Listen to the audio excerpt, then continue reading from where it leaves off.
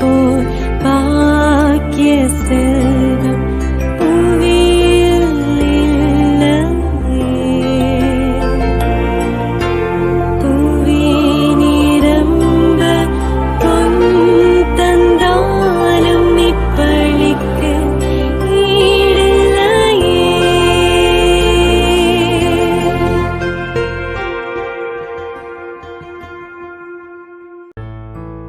திருப்பலி ஒளிபரப்ப உதவுபவர்கள் Percy Gladwin குடும்பத்தினர். திருமதி எஸ் கண்மணி 30ஆம் நாள் நினைவஞ்சலி இவரின் ஆன்ம இளைப்பாற்றிக்காக வேண்டி.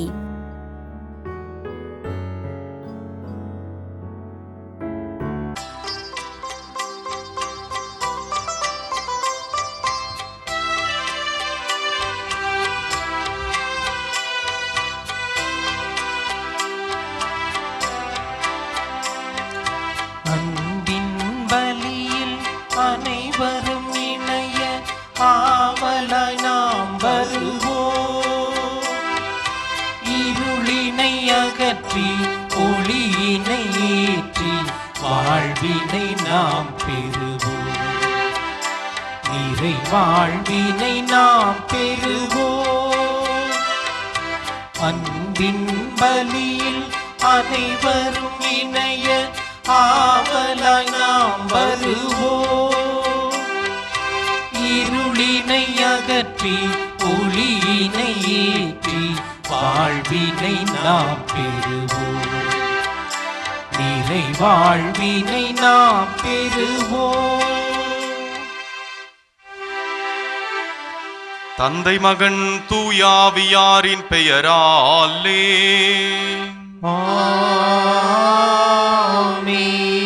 ஆண்டவராகிய இயேசு கிறிஸ்துவின் அருளும் கடவுளின் அன்பும் தூயாவியாரின் நட்புறவும் உங்கள் அனைவரோடும் இருப்பதாக. உம்மான்மாவோடும் இருப்பதாக.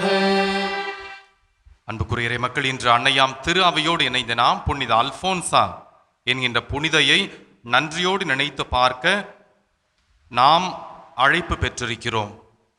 இன்றைய முதல் வாசகத்தில் இறைவாக்கினர் எரேமியா இஸ்ராயேல் மக்களின் பாவங்களுக்காகவும் அதனால் அவர்களுக்கு வரவிருக்கும் தண்டனைகளுக்காகவும் மனம் இறங்கி கண்ணீர் விட்டு பிரார்த்தனை செய்த ஒரு பகுதியை இன்று நாம் வாசிக்க இருக்கிறோம்.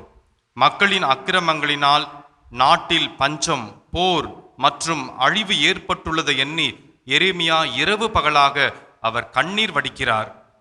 மக்கள் தாங்கள் இறைவனை விட்டு விலகி இழைத்த தீமைகளையும் தங்கள் முன்னோர்களின் அக்கிரமங்களையும் உணர்ந்து நாங்கள் உமக்கு எதிராக பாவம் செய்தோம் என்று மனம் திரும்பி தங்கள் பாவங்களை ஒப்புக்கொள்கிறார்கள்.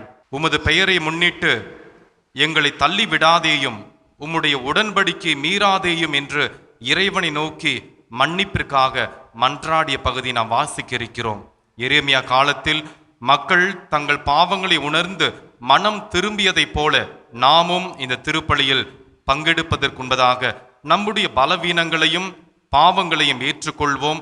நாம் நமது பாவங்களை அறிக்கையிட்டு இறைவனுடைய இரக்கத்தையும் மன்னிப்பையும் தாழ்மையுடன் வேண்டுவோம். எல்லாம் வல்ல இறைவனிடமும் சகோதர சகோதரிகளிடமும் நான் பாவியனை ஏற்றுக்கொள்கின்றேன். ஏனெனில் என் சிந்தனையாலும் சொல்லாலும் செயலாலும் கடமையில் தவறியதாலும் பாவங்கள் பல செய்தேன். என் பாவமே, என் பாவமே, என் பெரும் பாவமே. ஆகையால் எப்பொழுதும் கன்னியான புனித மரியாவையும் வானதூதர் அனைவரையும் சகோதர சகோதரிகளை உங்களையும் நம் இறைவனாகிய ஆண்டவரிடம் எனக்காக வேண்டிக் கொள்ள மன்றாடுகிறேன். எல்லாம் உள்ள இறைவன் நம் மீது மனம் இறங்கி நாம் செய்த அனைத்து பாவங்களையும் மன்னித்து நம்மை நிலை வாழ்வுக்கு அழைத்து செல்வாராக.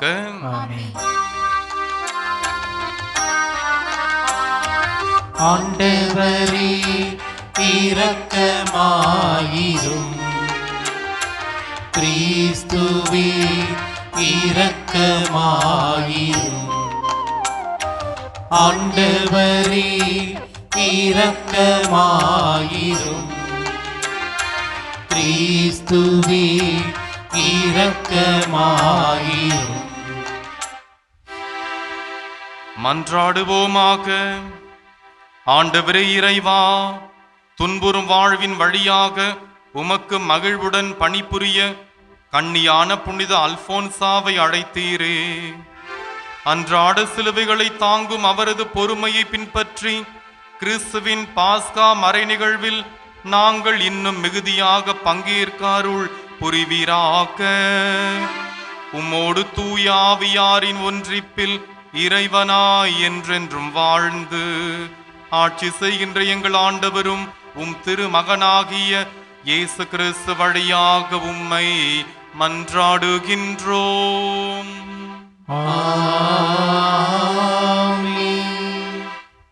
இறைவாக்கினர் எரேமியா நூலிலிருந்து வாசகம். அதிகாரம் 14, இறை வசனங்கள் 17 முதல் 22 முடிய. ஆண்டவர் எரேமியாவுக்கு கூறியது: நீ அவர்களுக்கு இந்த வாக்கை கூறு. என் கண்கள் இரவு பகலாக கண்ணீர் சொரியட்டும், இடைவிடாது சொரியட்டும். ஏனெனில் என் மக்களாம் கன்னிமகள் நொறுங்குண்டாள், அவளது காயம் மிக பெரியது. வயல்வெளிகளுக்கு சென்றாள், இதோ வாளால் மடிந்தவர்கள். நகரில் நுழைந்தாள், இதோ பசியால் நலிந்தவர்கள். இறைவாக்கினரும் குருக்களும் தங்களுக்கு முன்பின் தெரியாத நாட்டில் அலைகின்றனர். நீர் யூதாவை முற்றிலும் புறக்கணித்து விட்டீரா? சீயோனை உம் உள்ளம் வெறுத்து விட்டதா? நாங்கள் குணமாக முடியாதபடி ஏன் எங்களை நொறுக்கினீர்? நாங்கள் அமைதிக்காக காத்திருந்தோம், பயனேதும் இல்லை. நலம் பெறும் காலத்தை எதிர்பார்த்திருந்தோம், பேரச்சமே மிஞ்சியது. ஆண்டவரே, எங்கள் குற்றத்தையும் எங்கள் மூதாதையரின் தீமையையும் நாங்கள் ஏற்றுக்கொள்கிறோம். நாங்கள் உமக்கு எதிராக பாவம் செய்தோம். உம் பெயரை முன்னிட்டு எங்களை உதறி தள்ளாதீர். உம் மாட்சிமிகு அரியணையை அவமதிக்காதீர்.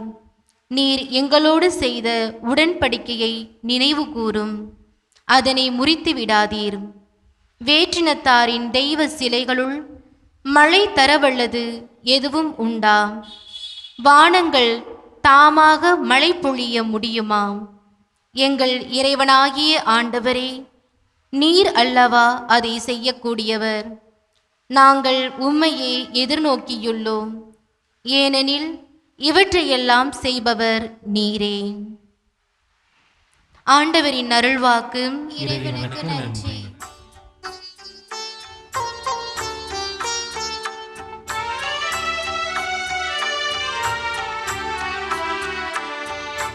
ஆண்டவரே, எங்கள் பாவங்களை மன்னித்தருளும். ஆண்டவரே, எங்கள் பாவங்களை மன்னித்தருளும். எம் மூதாதையரின் குற்றங்களை எம் மீது சுமத்தாதேயும். இரக்கம் எமக்கு விரைவில் கிடைப்பதாக. நாங்கள் மிகவும் தாழ்த்தப்பட்டிருக்கிறோம். எங்கள் மீட்பராகிய கடவுளே, உமது பெயரின் மாட்சியை முன்னிட்டு எங்களுக்கு உதவி செய்தருளும். உமது பெயரை முன்னிட்டு எங்களை விடுவித்தருளும். எங்கள் பாவங்களை மன்னித்தருளும்.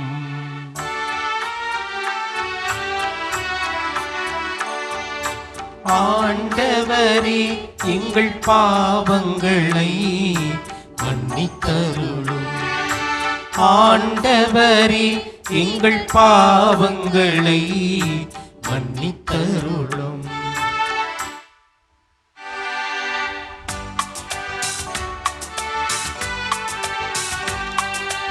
அல்லேலூயா, அல்லேலூயா, அல்லேலூயா, அல்லேலூயா, அல்லேலூயா, அல்லேலூயா, அல்லேலூயா, அல்லேலூயா. வார்த்தையே விதையாம், அதை விதைப்பவர் கிறிஸ்துவே. அவரை கண்டடைபவர் எல்லோரும் என்றென்றும் நிலைத்திருப்பர். அல்லேலூயா, அல்லேலூயா, அல்லேலூயா, அல்லேலூயா. ஆண்டவர் உங்களோடு இருப்பாராக. ஆன்மாவோடும் இருப்பாராக. மத்தேயு எழுதிய நற்செய்தியிலிருந்து வாசகம். ஆண்டவரே, மாட்சி உமக்கே. அக்காலத்தில் இயேசு மக்கள் கூட்டத்தினரை அனுப்பிவிட்டு வீட்டுக்குள் வந்தார். அப்போது அவருடைய சீடர்கள் அவர் அருகே வந்து, வயலில் தோன்றிய களைகள் பற்றிய ஓமை எங்களுக்கு விளக்கி கூறும் என்றனர். அதற்கு அவர் பின்வருமாறு கூறினார்: நல்ல விதைகளை விதைப்பவர் மானிட மகன். வயல் இந்த உலகம். நல்ல விதைகள் கடவுளின் ஆட்சிக்கு உட்பட்ட மக்கள். களைகள் தீயோனை சேர்ந்தவர்கள். அவற்றை விதைக்கும் பகைவன் அலகை. அறுவடை உலகின் முடிவு. அறுவடை செய்வோர் வான தூதர். எவ்வாறு களைகளை பறித்து தீக்கிரையாக்குவார்களோ அவ்வாறே உலக முடிவிலும் நடக்கும். மானிட மகன் தம் வான தூதரை அனுப்புவார். அவர்கள் அவருடைய ஆட்சிக்கு தடையாக உள்ள அனைவரையும் நெறி கெட்டோரையும் ஒன்று சேர்ப்பார்கள். பின் அவர்களை தீச்சூளையில் தள்ளுவார்கள். அங்கே அழுகையும் அங்கலாய்ப்பும் இருக்கும். அப்போது நேர்மையாளர் தன் தந்தையின் ஆட்சியில் கதிரவனை போல ஒளி வீசுவர். கேட்க செவி உள்ளோர் கேட்கட்டும் என்றார். ஆண்டவரின் அருள்வாக்கு. கிறிஸ்துவே, உமக்கு புகழ். புனித அகஸ்தினார் இவ்வாறு சொல்லுவார்: கடவுள் தாமதம் செய்கிறார் என்றால் நாம் மனமாறி புனிதர்களாக மாறுவதற்காகவே கடவுள் பொறுமையோடு காத்து கொண்டிருக்கிறார். அன்புக்குரிய சகோதர சகோதரிகளே, விண்ணகத்தில் விழா கோலமாக இருந்தது. தெய்வ தூதர்களின் இன்னிசையும் லட்சக்கணக்கான புனிதர்களின் மகிழ்ச்சிமிக்க குரல்களும் அந்த இடத்தை விழா கோலமாக மாற்றிக்கொண்டிருந்தது. விண்ணகத்தின் காவலரான புனித பேதுரு தங்கத் திறவுகோலை கையில் பிடித்தபடி வாசலில் நின்று ஒவ்வொருவராக உள்ளே வரவேற்று கொண்டிருந்தார். அன்று விண்ணகத்தில் அனைத்து புனிதர்களும் வந்து சேர்ந்து விட்டனர். இனி யாரும் வர வேண்டியது இல்லை என்று சரிபார்த்த பேதுரு சற்று திரும்பி பார்த்தாராம். அங்கே விண்ணகத்தின் வாசலின் விளிம்பில் வந்து நின்ற இயேசு கிறிஸ்து தூரத்தில் பூமிக்கும் விண்ணகத்துக்கும் இடைப்பட்ட பாதையை மிகவும் ஏக்கமாக பார்த்து கொண்டிருந்தாராம். அவரது முகத்தில் எந்த சோர்வும் இல்லை. மாறாக கணக்கற்ற இரக்கமும் எல்லையற்ற காத்திருப்பின் அமைதியும் நிறைந்திருந்தது. வியப்படைந்த புனித பேதுரு மெதுவாக இயேசுவிடம் நடந்து சென்று தாழ்மையுடன் இவ்வாறு கேட்டாராம்: இயேசுவே, விண்ணகத்திற்கு வரவேண்டிய அனைத்து புனிதர்களும் உமது திரு தூதர்களும் தங்களை நம்பி வாழ்ந்த மக்களும் வந்துவிட்டார்கள். பின் தாங்கள் யாரை குறித்து எதிர்பார்த்து காத்து கொண்டிருக்கிறீர்கள்? யாருக்காக இந்த வாசலில் இவ்வளவு பொறுமையாக விழித்திருக்கிறீர்கள் என்று கேட்டபொழுது இயேசு சொன்னாராம்: பேதுருவே, நான் என் அன்பு யூதாஸ் இஸ்காரியோத்திற்காக காத்திருக்கிறேன். அவன் என்னை முத்தமிட்டு காட்டிக் கொடுத்தான். ஆனாலும் அவனுக்காக நான் இங்கு இன்னும் பொறுமையாக காத்து கொண்டிருக்கிறேன். யூதாஸ் இஸ்காரியோத்து எப்போது மனம் திரும்பி வருவான் என்று எனக்கு தெரியாது. ஆனால் அவன் வருவதற்கு 100 ஆண்டுகள் ஆனாலும் சரி, 1000 ஆண்டுகள் ஆனாலும் சரி, யூதாஸ் இஸ்காரியோத்து விண்ணகத்திற்குள் நுழையும் வரை நான் இந்த வாசலில், விண்ணகத்தின் வாசலில் பொறுமையோடு காத்து கொண்டிருப்பேன் என்று இயேசு பொறுமையோடு சொன்னாரா? அன்புக்குரியவர்களே, இறைவனின் அன்புக்கும் பொறுமைக்கும் எல்லையே இல்லை என்பது தான் அன்று பேதுரு ஆழமாக உணர்ந்து கொண்டார். நம்மை துன்புறுத்தியவர்கள், நமக்கு தீங்கு செய்தவர்கள் அல்லது நம்மை சுற்றியுள்ள கடினமான மனிதர்கள் மாறவே மாட்டார்கள் என்று நாம் விரைவாக தீர்ப்பளித்து விடுகிறோம்.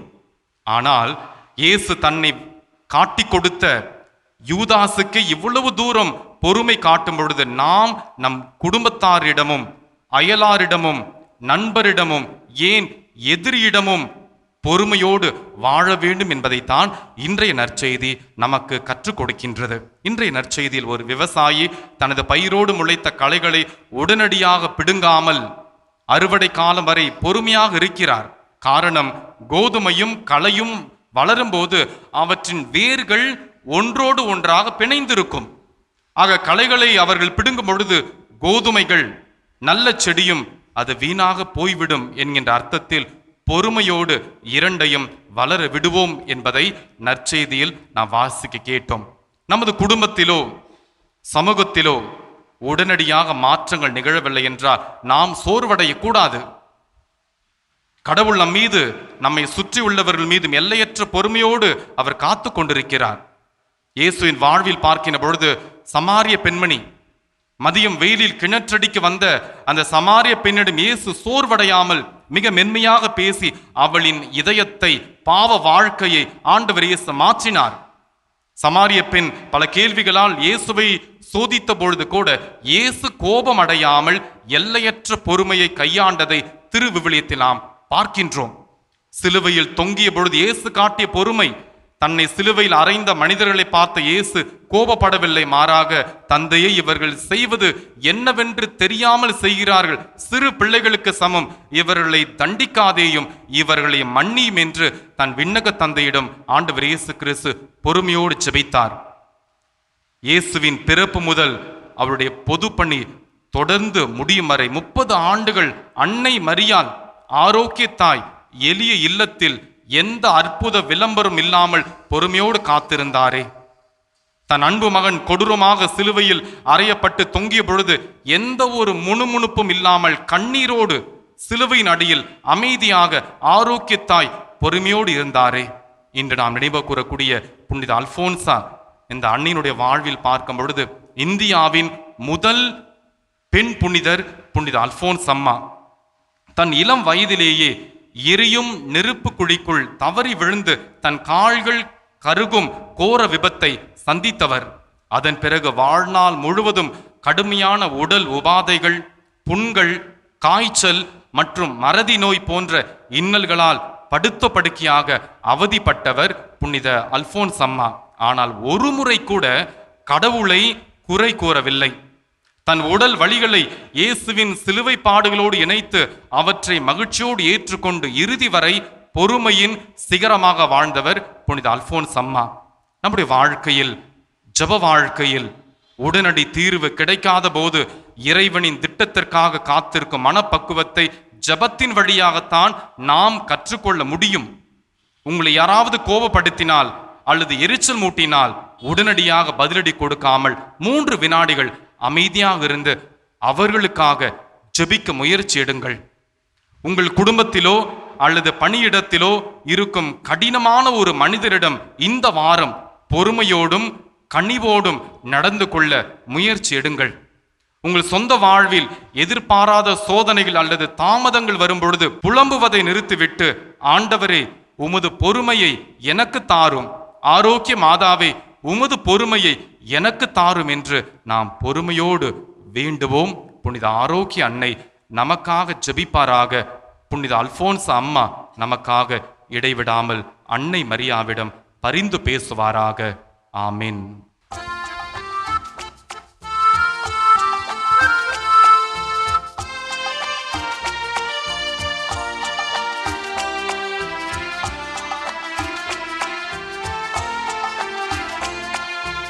ஏற்றதொரு பலியாக இதை நான் தருவேன், இருப்பதோ குறைகள் அதை தருகின்றேன், மாற்றங்கள் நிகழும் என்றே திருப்பலி வருகின்றேன், மாறாத மனதினையே பலியாக தருகின்றேன், ஏற்றதொரு பலியாக இதை நான் தருவேன், இருப்பதோ குறைகள் அதையே தருகின்றேன். சகோதர சகோதரிகள், என்னுடையதும் உங்கள் உடையதுமான இந்த திருப்பலி எல்லாமுள்ள தந்தையாகிய இறைவனுக்கு ஏற்புடையதாகும்படி மன்றாடுங்கள். ஆண்டவர் தமது பெயரின் புகழ்ச்சிக்காகவும் ஆட்சிக்காகவும் நமது நன்மைக்காகவும் புனித திரு அவையின் அனைத்து நலனுக்காகவும் உமது கையிலிருந்து பலிபளித்துக் கொள்வாராக. எல்லாம் வல்ல இறைவா, புனித அல்போன்சாவின் நினைவு கொண்டாட்டத்தில் நாங்கள் ஒப்புக் கொடுக்கும் பழிப்பொருட்களை கண்ணோக்கி அருளும். உமது பார்வையில் நாங்கள் பற்றுறுதியும் தூய்மையும் கொண்ட அன்பினால் தொடர்ந்து பற்றி எரிவோமாக. எங்கள் ஆண்டவராகிய கிறிஸ்து வழியாக உம்மை மன்றாடுகின்றோம். ஆண்டவர் உங்களோடு இருப்பாராக. உம்மான்மாவோடு இருப்பாராக. இதயங்களை மேலே எழுப்புங்கள். ஆண்டவரிடம் எழுப்பியுள்ளோம். நம் இறைவனாகிய ஆண்டவருக்கு நன்றி கூறுவோம். அது தகுதியும் நீதியுமானது. ஆண்டவரே, தூயவரான தந்தையே, என்றுமுள்ள எல்லாம் வல்ல இறைவா, எந்நாளும் எவ்விடத்திலும் நாங்கள் உமக்கு நன்றி செலுத்துவதும் மெய்யாகவே தகுதியும் நீதியுமாகும் எங்கள் கடமையும் மீட்புக்கு உரிய செயலுமாகும்.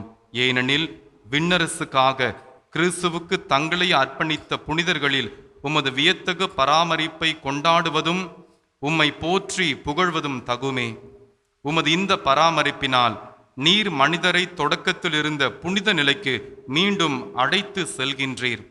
புத்துலகில் கிடைக்க இருக்கும் அருட்கொடைகளை இவ்வுலகிலேயே பெற்று அனுபவிக்க அவர்களை வழி நடத்துகின்றீர். ஆகவே புனிதர்கள், வான தூதர்கள் அனைவரோடும் சேர்ந்து நாங்கள் உம்மை புகழ்ந்தேத்தி முடிவின்றி ஒரே குரலில் சொல்லுவதாவது: தூயவர் தூயவர் தூயவர், வான்படைகளின் கடவுளாம் ஆண்டவர். விண்ணகமும் மண்ணகமும் உமது மாட்சியால் நிறைந்துள்ளன. உன்னதங்களிலே ஓசன்னா. ஆண்டவர் பேரால் வருகிறவர் ஆசி பெற்றவர். உன்னதங்களிலே ஓசன்னா. ஆண்டவரே, நீர் மெய்யாகவே தூயவர், தூய்மை அனைத்திற்கும் ஊற்று. ஆகவே உம்முடைய தூய ஆவியை பொழிந்து இக்காணிக்கைகளை தூய்மைப்படுத்த உம்மை வேண்டுகின்றோம். இவ்வாறு எங்கள் ஆண்டவர் இயேசு கிறிஸ்துவின் திரு உடலும் திரு இரத்தமுமாக எங்களுக்கு இவை மாறுவனவாக. அவர் பாடுபட உளம் கனிந்து தம்மை கையளித்த போது அப்பத்தை எடுத்து நன்றி செலுத்தி அதை பிட்டு தம் அன்பு சீடர்களுக்கு அளித்து இயேசு கூறியதாவது: அனைவரும் இதிலிருந்து பெற்று உண்ணுங்கள், ஏனெனில் இது உங்களுக்காக கையளிக்கப்படும் என் உடல்.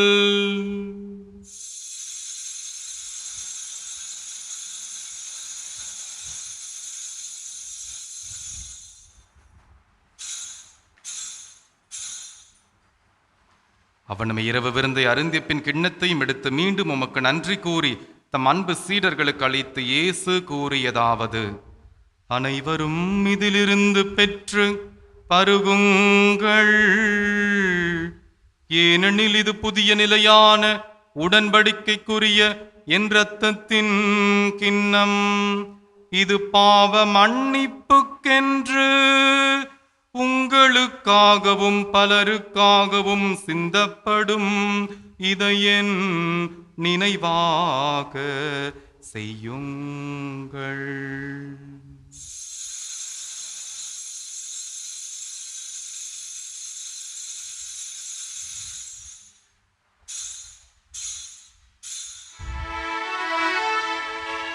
நம்பிக்கையின் மறைபொருள்.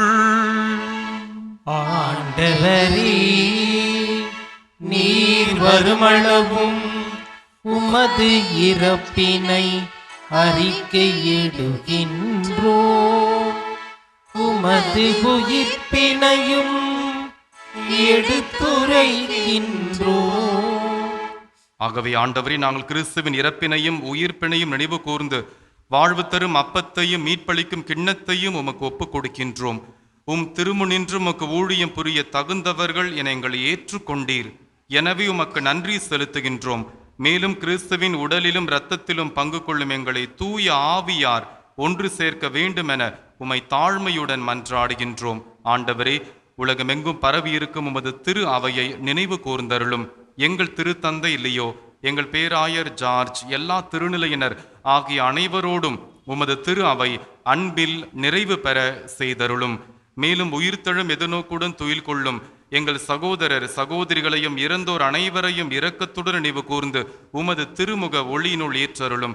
எங்கள் அனைவர் மீதும் இரக்கமாயிரும். கடவுளின் கன்னித்தாயான தூய ஆரோக்கிய அன்னை, அவருடைய அன்பு கணவர் புனித யோசேப்பு, புனித திருத்தூதர்கள், புனித அல்போன்ஸ் அம்மா, இவ்வுலகிலும் உமக்கு உகந்தவராய் இருந்தோர் ஆகிய புனிதர்கள் அனைவருடனும் நாங்கள் நிலை வாழ்வில் பங்கு கொள்ளும் தகுதி பெற்றுவும் திருமகன் இயேசு கிறிஸ்து வழியாக உம்மை புகழ்ந்தேத்தும் வரமருள உம்மை மன்றாடுகின்றோம்.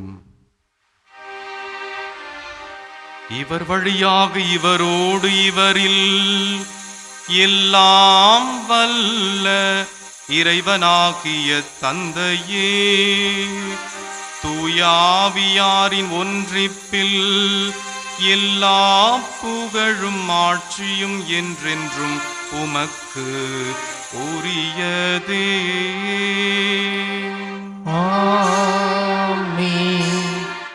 ஆமென்.